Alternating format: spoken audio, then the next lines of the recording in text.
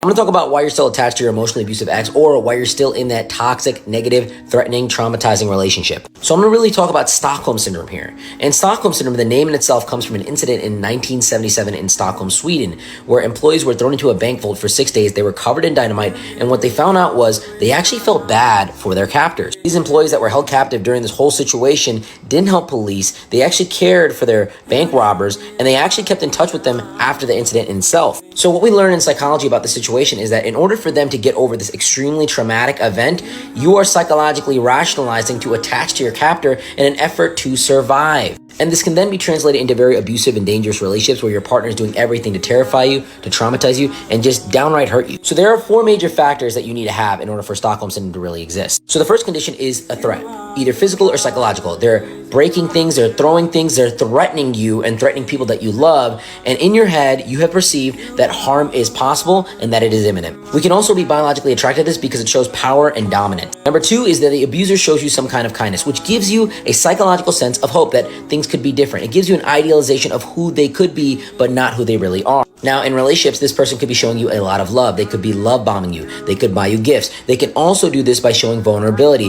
where they talk about their last relationship and how that person hurt them, or how their childhood wasn't good, or that they can't trust anybody and that everybody is mean to them, and they make you feel like they're the victim. Also, the absence of them not doing anything or being aggressive or being traumatizing or terrifying to you can also be shown as a kindness as well. It gets to the point where you're so manipulated that you feel like you may even deserve this kind of pain. So when they're not giving you that negativity, you feel like you're doing something right, and you feel like they're being actually very kind to you. Number 3 is heavy isolation, where they tell you that they don't like your friends, they don't like your family, they don't like your coworkers, and you basically get cut off from everybody out there because you feel like these people are hurting and ruining your relationships, and you've been psychologically manipulated to the idea that these people are negative for you in your life. They create this romantic Romeo and Juliet idea that everybody in the world is against them, and you feel bad for them, and you feel like your love is so rare and so raw that you have to do everything to protect it. This isolation also excludes you from the opinions of people who are trying to logically rationalize with you and tell you that this is not good for you, this is bad, this is hurting you. Last but not least, you actually feel like you can't escape. This can be done by creating barriers to the breakup, as in being married, having kids, having a large level of financial dependence on this person. Another way they can do this is by having dirt on you. Maybe they know something that you did. Maybe they filmed sexual acts of you and they're threatening to expose you to friends and family. Sometimes you may even be presented with a threat of suicide, or even worse, they may threaten to hurt somebody that you really love. With all this being said, this is a very superficial explanation of Stockholm Syndrome, and if you're in a situation like this, feel free to message me, or if you know somebody that's in a situation like this, feel free to send them this video.